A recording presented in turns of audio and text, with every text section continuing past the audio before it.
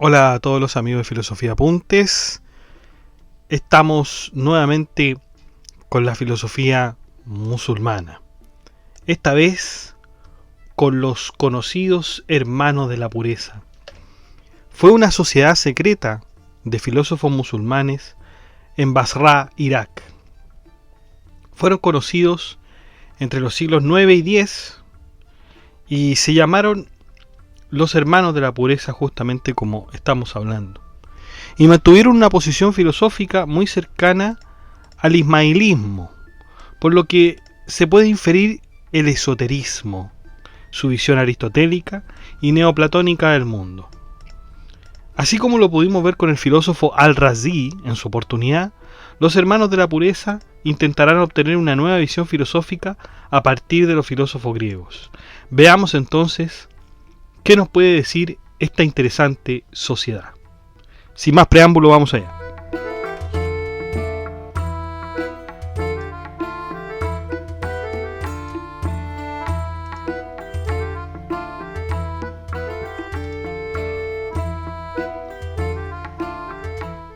Bueno, para poder comenzar apropiadamente el pensamiento de esta sociedad, debemos centrarnos en la ciudad de Basra, al sur de Irak. Este lugar de la península arábiga era un lugar ampliamente abierto a la cultura. Su centro podría equipararse a Londres y Tokio en términos de ciudad cosmopolita. Muchos de los eruditos piensan realmente que esta ciudad fue efectivamente el hogar de los hermanos. La obra más conocida y excelente que produjeron fue una gran enciclopedia llamada Epístolas de los Hermanos de la Pureza, cuyo corpus contenía aproximadamente 52 epístolas con temas que iban desde la música hasta la magia. Las características de estas epístolas es que fueron sumamente didácticas y eclécticas en contenido, además de proveer un espejo pedagógico y cultural de su época y sus diversos filósofos y credos. Su estructura es más o menos así. Son primero 14 epístolas enfocadas en las ciencias matemáticas, 17 epístolas enfocadas en las ciencias naturales, 10 epístolas enfocadas en las ciencias psicológicas e intelectuales y 11 epístolas dedicadas en las ciencias metafísicas y teológicas. Un aspecto clave que se apodera de gran parte de las epístolas es el tema de cómo los animales y sus tipos son formados. En esta ocasión nosotros estamos siguiendo el libro de Seyyed Hossein Nasr y veremos solamente los aspectos filosóficos, por lo tanto. Los hermanos de la pureza son adherentes a la idea de que la naturaleza de las cosas creadas está en acorde a la naturaleza del número. En especial, los hermanos de la pureza creen que el número 4 es el más importante de todos los números. ¿Por qué el número 4? Bueno, pensemos nosotros por las 4 estaciones, las 4 direcciones que existen, los 4 vientos, los 4 elementos, los 4 humores, los 4 principios espirituales que para ellos era el creador, el intelecto universal, el intelecto del alma y la materia remota. Para llegar al 10, además, se debe sumar hasta el 4. 1 más 2 más 3 más 4 son 10. Eso sí, aunque devotos a las ideas pitagóricas, siempre trataron de evitar los errores pitagóricos que fueron notados por Aristóteles. Esto es, confundir los números con la naturaleza de las cosas. Claro, para Aristóteles, recordemos que la crítica era que el arjeo, el principio de las cosas, no podía ser el número. Eso ya lo habíamos visto en los tratados de metafísica. Y claro, ahí los hermanos de la pureza concordaban con Aristóteles. Rechazaron la idea de la transmigración del alma, enfatizando la importancia de esta vida única en el mundo. No hay otra vida, está la vida que vivimos, no hay más. ¿Qué tenían que decir con respecto a Platón? A Platón lo nombraban como un héroe. Y en este sentido, las epístolas no son platónicas en esencia, pero describen a Platón como un héroe. Las obras como Fedro y Critón se muestran con admiración porque se considera que Sócrates fue un hombre que murió valientemente, además de morir sosteniendo sus propias ideas. La idea de que el cuerpo es un impedimento para alcanzar la perfección espiritual es algo que los hermanos de la pureza comparten, pero lo que es rechazado es la epistemología de Platón, que desconfiaba de los sentidos. Los hermanos dicen que el modo de adquirir conocimiento que tienen los seres humanos es a través de los sentidos. Parte por los sentidos, luego va el intelecto y finalmente se hace por deducción lógica.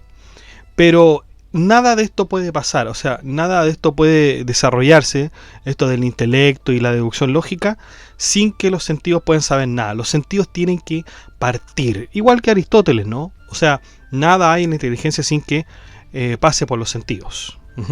Eso con respecto a Platón. Vamos con Aristóteles. En verdad, las epístolas de los hermanos de la pureza versan sobre todo en el aristotelismo y el neoplatonismo. Lo que esto significa es que los hermanos de la pureza usarán tanto la doctrina de Aristóteles como la de Plotino bajo sus propias creencias. En las mismas epístolas, los hermanos crearon una historia en la que Mohammed decía: de haber vivido Aristóteles en nuestros tiempos, se habría convertido al Islam indudablemente. Crearon una historia. La contribución más importante del mundo aristotélico a las epístolas de los hermanos fue la terminología metafísica del estagirita, área que en realidad siempre fue invadida mucho más por el neoplatonismo. Ciertamente lo que hacen los hermanos es neoplatonizar todos los conceptos de Aristóteles. Claro, porque en el neoplatonismo nosotros tenemos conceptos claves que son la jerarquía, que veíamos en Plotino, la división con Porfirio y la emanación, que también viene de Plotino. En cambio, en el aristotelismo tenemos la sustancia, el accidente, la materia y la forma que nos tiene tan acostumbrados, ¿no? Esa es entonces la influencia con respecto a Aristóteles. Vamos a ver a Plotino entonces. ¿Qué podemos decir de los hermanos de la pureza con respecto a Plotino? Como dijimos anteriormente, lo principal en el estudio de los hermanos de la pureza es el neoplatonismo. Tanto la emanación como la jerarquía son dos conceptos que figuran preeminentemente. Se hace uso del símil del sol, que es aquella comparación muy semejante a la que realizaba Plotino. Recordemos que Plotino tenía un símil en el cual del sol sería el uno, del sol emanan ciertos rayos y ahí está la teoría de la emanación. Bueno, eso todo lo hemos visto en los podcasts de Plotino, así que si usted quiere saber cuál era este símil del sol, lo reconducimos entonces a los podcasts de Plotino. Sin embargo, la gran diferencia que tenía tanto los hermanos de la pureza como Plotino es la estructura jerárquica plotiniana de los seres.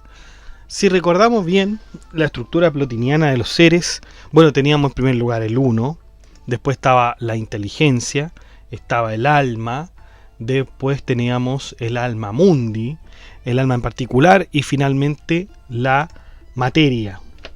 Los hermanos de la pureza tenían una estructura bastante más grande. Tenía primero al creador, no estamos hablando del uno, como hablaba Plotino, no. Lo primero que está es el creador, dicen los hermanos de la pureza. En segundo lugar está el intelecto. En tercero el alma. Luego viene la primera materia, que sería la materia remota. Luego naturaleza, el cuerpo absoluto, la esfera, los cuatro elementos, los seres de este mundo, que son los minerales, plantas y animales. Y fíjense que, bueno, esa es toda la estructura, la que acabo de decir. Pero fíjense que es interesante porque los hermanos de la pureza dicen que hay dos tipos de esfera. Una esfera es la celeste, la de los planetas que todos conocemos, y la otra es la esfera natural. La esfera natural. No habíamos oído antes en los podcasts o en nuestros estudios que se hablase de una esfera natural. Así que eso lo vamos a ver en las epístolas, ¿no? Toda esta jerarquía se desarrolla mediante la neoplatonización de Aristóteles. Las características de Dios son neoplatónicas, por lo que solo se le puede conocer mediante los atributos negativos, todo bajo un modelo de deidad islámica. Claro, nosotros también habíamos visto esto en Plotino y en algunos neoplatónicos, que la única forma de conocer a Dios es a través de los atributos negativos, no de los positivos.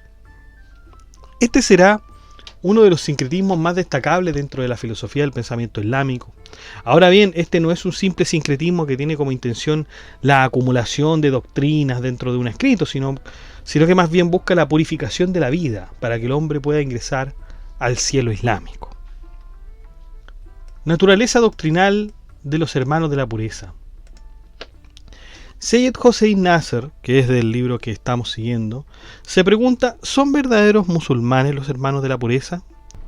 Esto puede traer aparejadas dos conclusiones.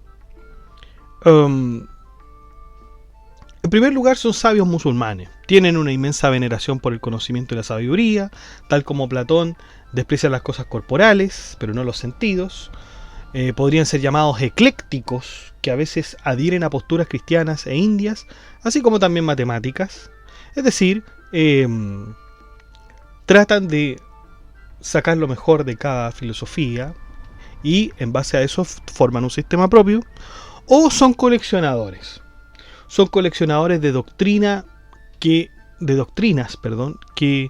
no tienen un sistema propio. Solamente pensemos que pueden ser algo así como divulgadores, si ustedes quieren. Pensemos con respecto a los filósofos que hemos visto. San Isidoro de Sevilla, por ejemplo. San Isidoro de Sevilla se dedicaba justamente a la recolección de doctrinas, las mencionaba, las mostraba, tenía un diccionario de etimologías, etcétera, pero no tenía un sistema propio filosófico, ¿no? Bueno, con respecto a que si son coleccionadores, Seyyed se pregunta si son solamente, y así lo dice, urracas del conocimiento, o filósofos como un verdadero sistema propio. El autor nos dice que en verdad estos no tendrían un sistema propio. O sea, los hermanos de la pureza no tienen un sistema propio. Si bien, claro, nosotros acabamos de hablar de la jerarquía de esto, que era muy similar, ¿no es cierto?, a la doctrina plotiniana: un creador, un intelecto, materia, primera materia, naturaleza, cuerpo absoluto, la esfera, los cuatro elementos y los seres de este mundo. La verdad es que se sigue extrayendo de alguna manera de Plotino, con algunas modificaciones, pero sigue siendo el sistema de Plotino, ¿no?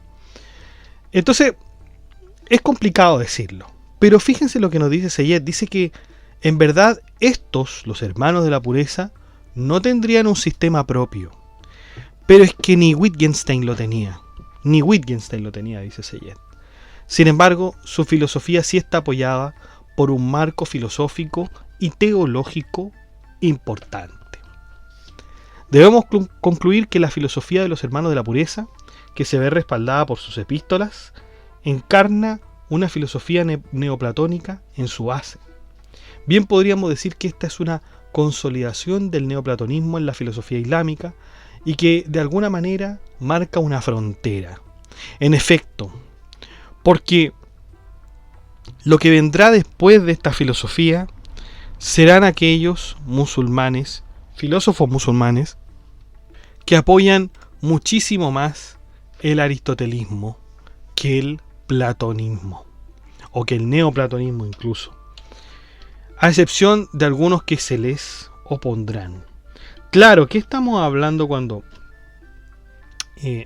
decimos que hay algunos filósofos musulmanes y que esto es una frontera? Claro que es una frontera. Podríamos decir sin ningún problema que esto es una frontera. Porque desde los hermanos de la pureza se va a hablar del aristotelismo. ¿Con quién? Con el tercer maestro. ¿Quién era el primer maestro? Bueno, Aristóteles es el primer maestro. El segundo maestro es Al-Farabi. Y el tercer maestro es Ibn Sina, Avicena. Entonces fíjense ustedes que el tercer maestro va a ser aquel que nos va a hablar del aristotelismo. Y de aquí en adelante se va a hablar de aristotelismo. Claro, va a haber algunos que se le van a oponer. Al-Ghazali, por ejemplo, se va a oponer a Avicena. y va a haber alguien que se va a poner a Al-Ghazali, que es Averroes. ¿Mm? Entonces, ese es el orden que se debería seguir, ¿no? Pero no deja de ser interesante, no deja de ser importante saber que hay una influencia neoplatónica en estos últimos autores que hemos visto. ¿Ah?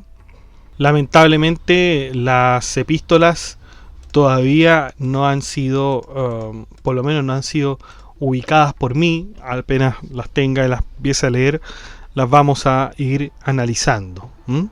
Pero bueno, esto ha sido entonces, chicos, el podcast de los hermanos de la pureza.